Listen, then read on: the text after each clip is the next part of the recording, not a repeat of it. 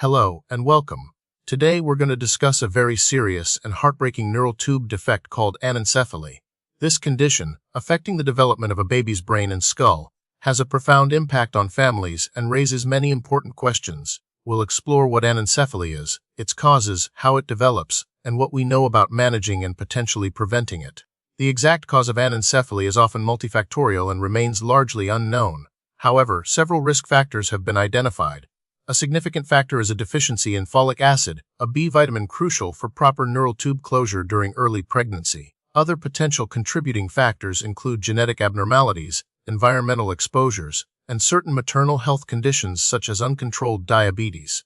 It's important to that anencephaly is not typically considered to be hereditary in the traditional sense, but rather a complex interplay of genetic predisposition and environmental influences.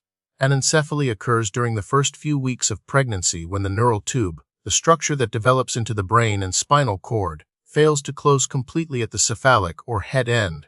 This incomplete closure results in a significant absence of the forebrain, the cerebrum, and the overlying skull.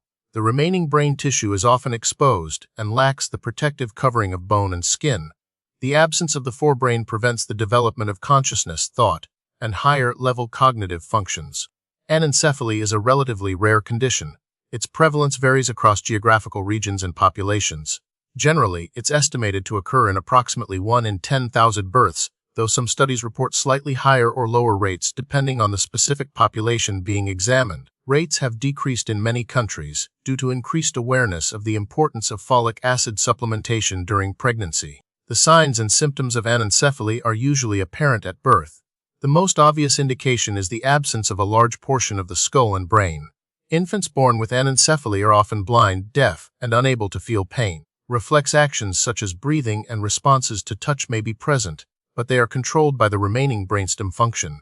Due to the severe brain malformation, infants with anencephaly typically do not survive for very long after birth.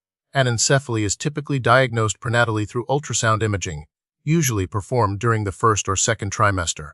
Ultrasound can clearly visualize the missing portions of the skull and brain.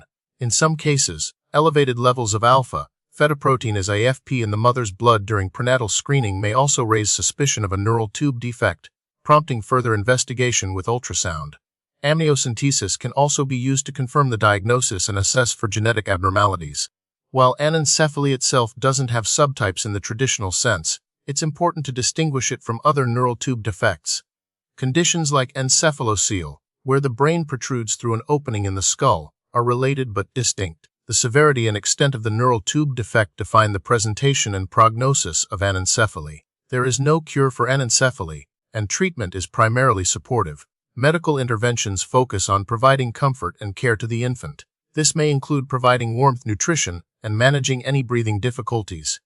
Parents may choose to hold and spend time with their baby, creating cherished moments. The medical team provides guidance and support to the family during this difficult time.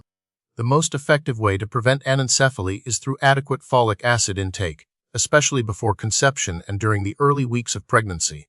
Health professionals recommend that women planning to become pregnant take a daily supplement of 400 to 800 micrograms of folic acid. Women who have previously had a pregnancy affected by a neural tube defect may require a higher dose, as prescribed by their doctor. Consuming foods rich in folate, such as leafy green vegetables, fortified grains, and citrus fruits, is also beneficial. The prognosis for infants with anencephaly is unfortunately very poor.